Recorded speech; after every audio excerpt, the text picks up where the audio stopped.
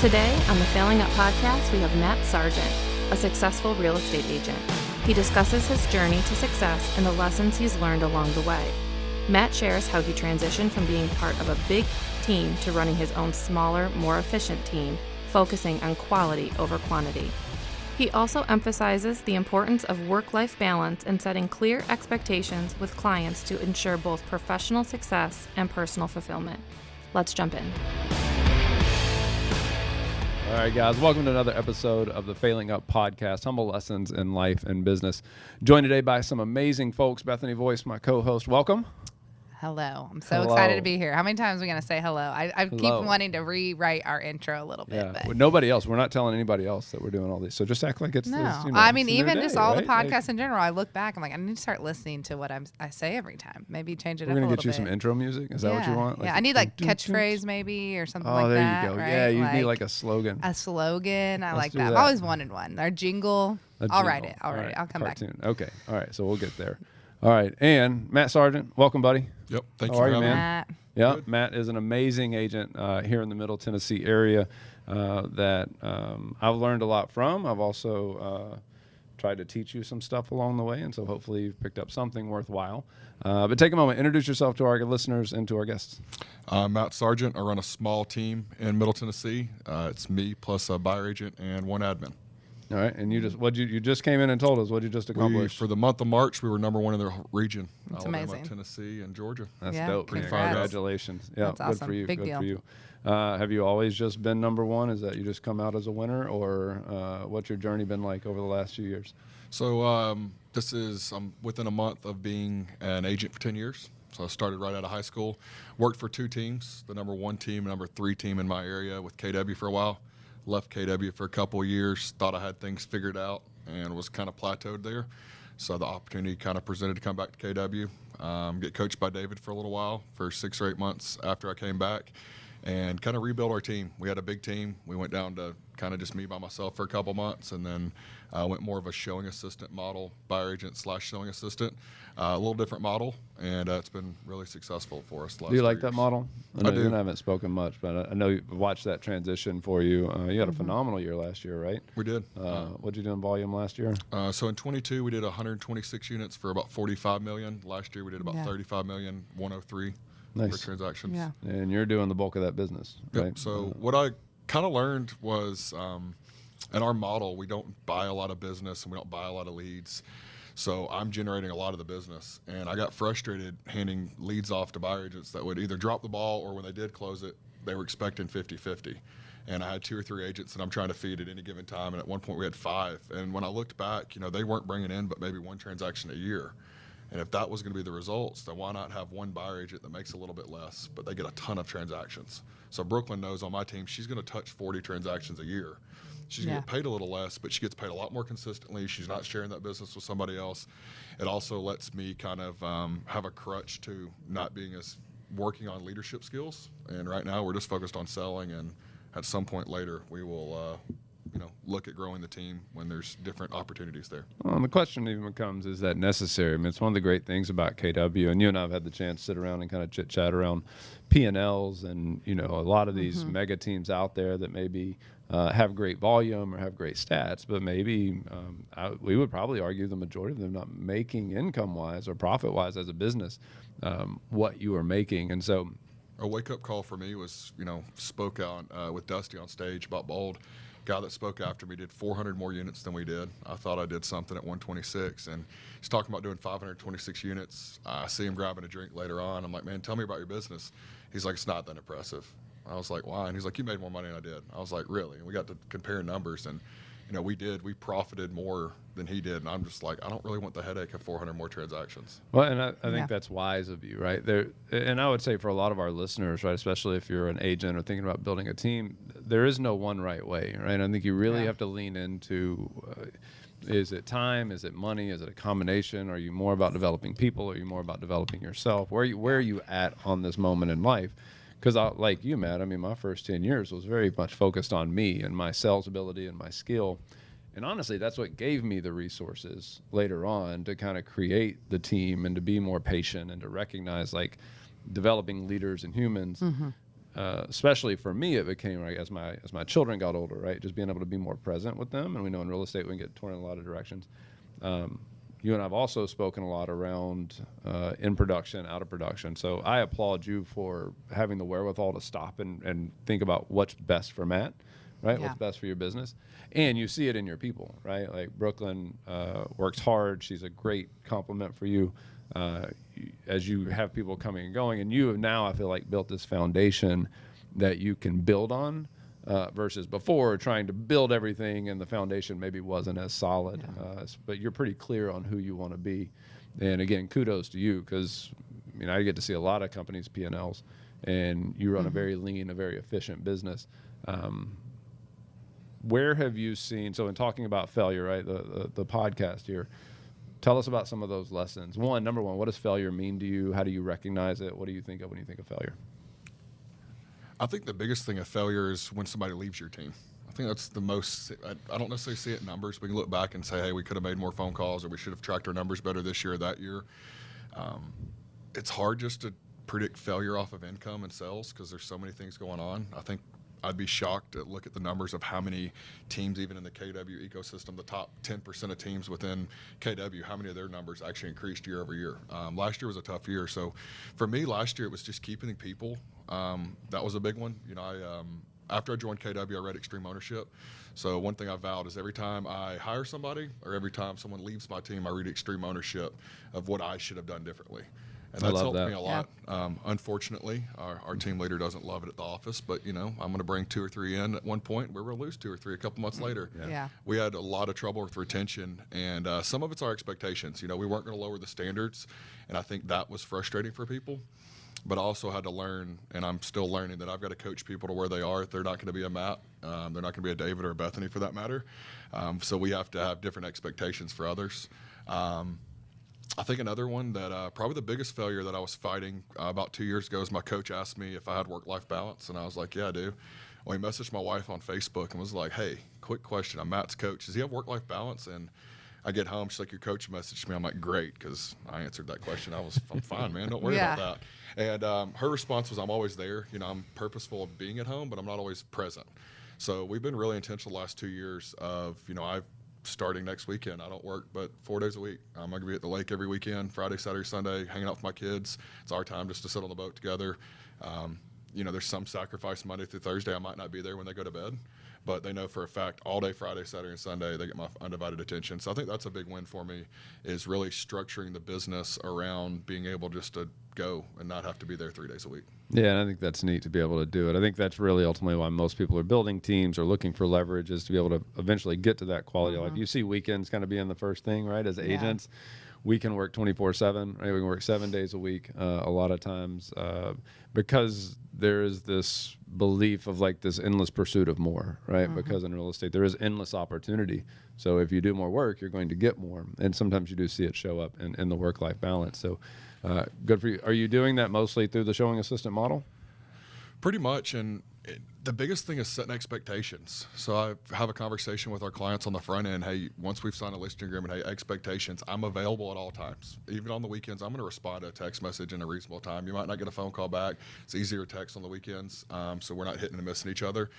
Excuse me, but I set the expectation, hey, look, I work really hard Monday through Thursday, but also Friday, Saturday, and Sunday, I'm going to spend time with my kids. They deserve that. So you get me at 6 o'clock on a Monday, and I don't feel guilty for not being home for dinner and putting them to sleep, because I get that extra time on the weekends. And I've lost one listing because of it. Come to find out, she listed with someone that, I don't know, like lists for less. I'm like, that I lost because I was charging commission. That was the fee, not because of your time. She said it was because I didn't have time. I was like, great. If you think I need to be available at Friday, Saturday, and Sunday at any given moment for a phone call, hey, great, I'm not your guy. Yeah, not the right client. I found well over 100 people last year, and we're on track for well over 100 people this year that support that How lifestyle. hard was that, though? Because, I know, and I've known you for a few years, right? And we're all pretty driven people at this table, of being able to recognize now in your journey that, hey, not everybody's for me because these goals are more important than taking every piece of business that comes my way. I think just honestly, my kids changed me a ton. Yeah. When I had Annabelle, it was like, oh crap, COVID hit. I got to go work. And then as she got older, she's more fun to be around. It's easy to say no. Like I feel insulted if you tell me I shouldn't do that. Like, nah, dude, like go see her little face when she knows she's excited to go to the lake, you know. Right. Thursday afternoon when she's packing up for the lake, she's, Daddy, we're going to the lake tomorrow. Yeah. So like she's excited, little man's excited. Just seeing them makes it easy. It's not even like a mindset. It wasn't a mindset shift at the office. It was more at home of like, I'm saying no to her. I'm big on, you know, when you say yes to something, you're saying no to something else. Yeah. And every time I said yes to do something on the weekend, I'm saying no to her, and I'm just not going to tell her no. Like we have enough, you know, one thing right now, kind of talking about failures, we're interviewing coaches right now. And I had a good conversation with a MAPS coach about, I was telling him I'm kind of content right now. And I'm getting a lot of pressure, a little bit from David, definitely from Roger, my old MAPS coach of, hey, let's grow. Like if you're content, you're going backwards. And he said something that really stuck with me. There's a difference between being content and being fulfilled. And right now I'm fulfilled. Money doesn't really, the amount of money I'm making, as long as we continue to make that, I don't really have a desire to spend anymore. You know, we probably could spend it in different places, invest a little bit better. You know, if you know me, you know I like my toys. But, it's not about the money anymore. It's like if I'm exchanging for $100,000 or $200,000, how much time am I exchanging that could be at home? Yeah, I think it's a valuable lesson in that. We see a lot of people with that endless pursuit of more and this need.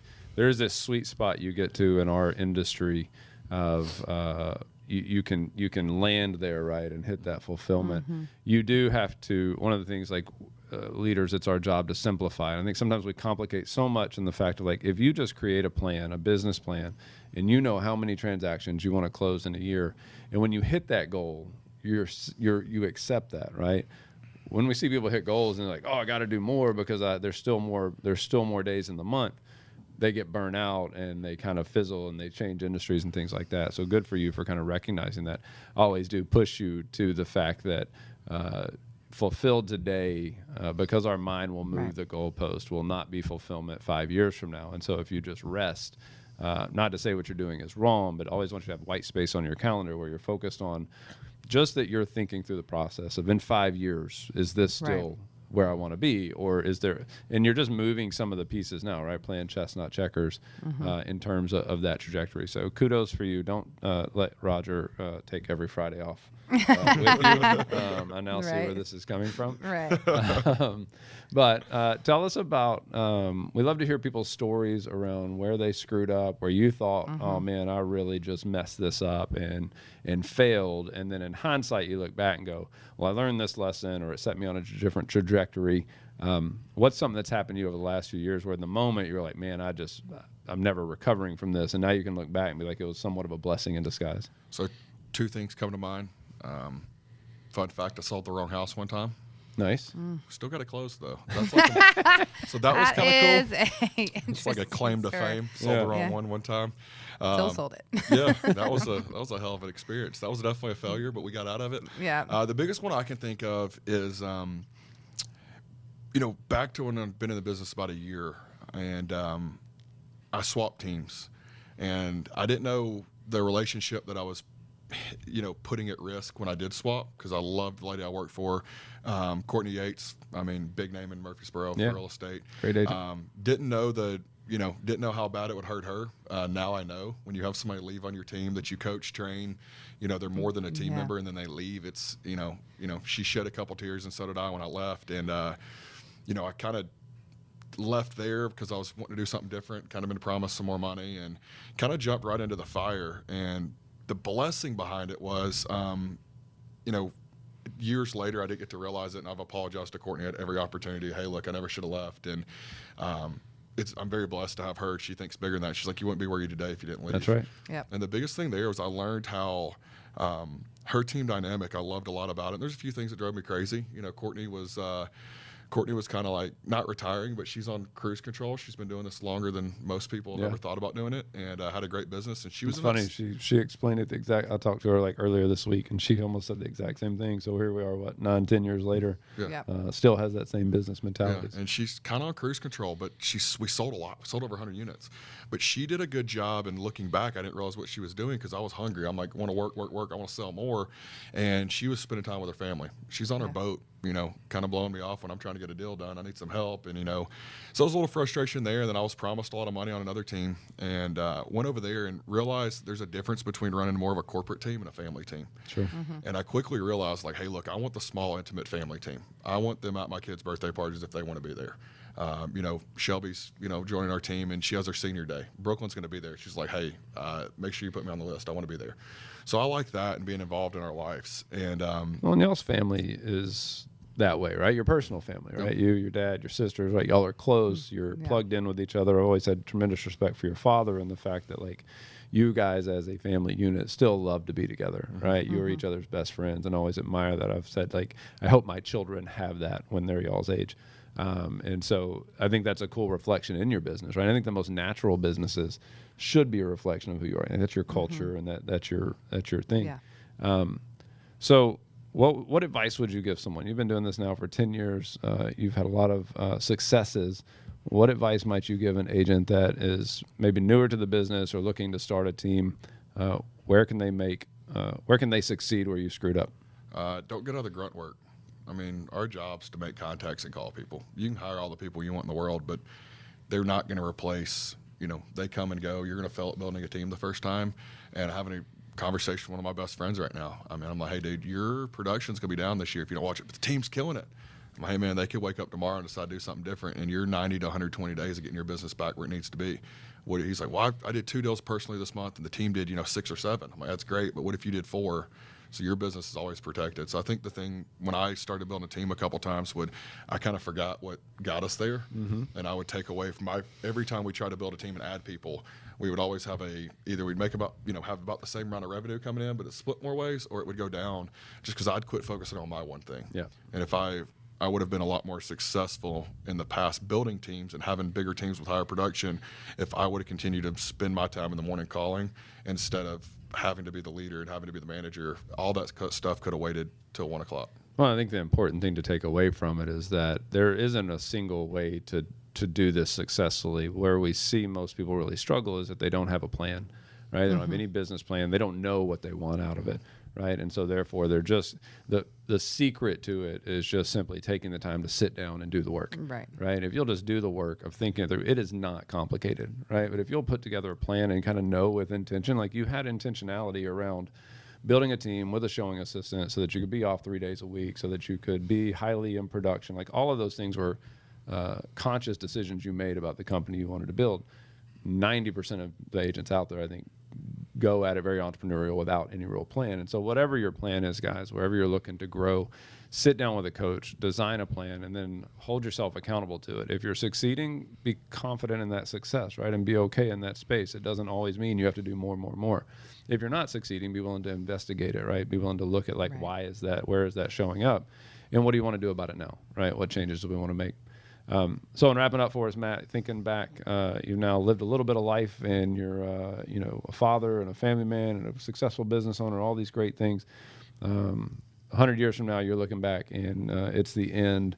What regrets are you trying to avoid right now? What do you look back and like, these might be my biggest regrets?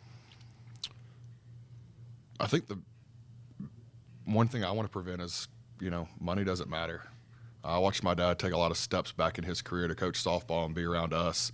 At the end of the day, I've kind of, we did all this to get into business, how much money I can make. And now that I'm making good money, I don't really care. Yeah. I've kind of realized that the money will come, like May's not looking great, but it's going to fall into place. I don't need to stress about it. She go home and, another baby on the way. Congrats, by the way. Thank awesome. you. Exciting.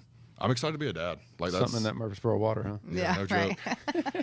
But yeah, I think, it's something I applaud out of you and Josh Anderson both. I talk to Josh all the time. Are you going to this? He's like, dude, I don't want to be away from my kids for 3 days for that. It's not worth it. Yeah. And, kind of, I'm thankful that I'm having that mindset now, not when they're 12 or 13. He made the comment the other day. I think he's like, man, I won't have a kid at home in like 5 years. I'm like, dude, that's kind of scary. Crazy, isn't it? I'm like, Annabelle's 4, but that's only 14 years left. Yeah. Yep. I got a It's long like time 14 to make Christmases, money. 14 summers, yeah. I can worry about this shit later. And that's kind of the mindset I've taken. And it's probably cost me some money over the last year, but obviously it's working. Like what we're doing is working. I'm happy. I'm excited to go to the office, but also I don't have an appointment this afternoon. I can assure you I'm probably picking them up for school at 2 o'clock. And I enjoy doing that. And I think that's trying to prevent my biggest regret's going to be that. It's not going to be that I didn't invest more. It's not going to be I didn't have that truck or this truck. It's going to be that, I want to make sure that I'm present for them. Well, and I'd say what a great lesson for you to learn, right? You and I have spoken about the fact that when you make a lot of money, it can box you in, right? You can actually end up growing this lifestyle where now you feel this need to go out and create all this money because you've bought toys or you've bought all these things. And then you look up and go like, well, wait, I was doing this for freedom, not for money. And so I think a lot of people become more miserable when they make more money, again, because they didn't necessarily have a plan set up. So kudos to you for, again, for just having the wherewithal. I think at your age, I don't tell you very often that you're smart, but you are pretty wise when it comes to making those decisions. Bethany, what else? What else are we not asking Matt that we want to dig into before we wrap up here today? I mean, we've had some young people on this podcast, younger than us, David, but I know, right? I think sometimes, you got in so early, right out of high school.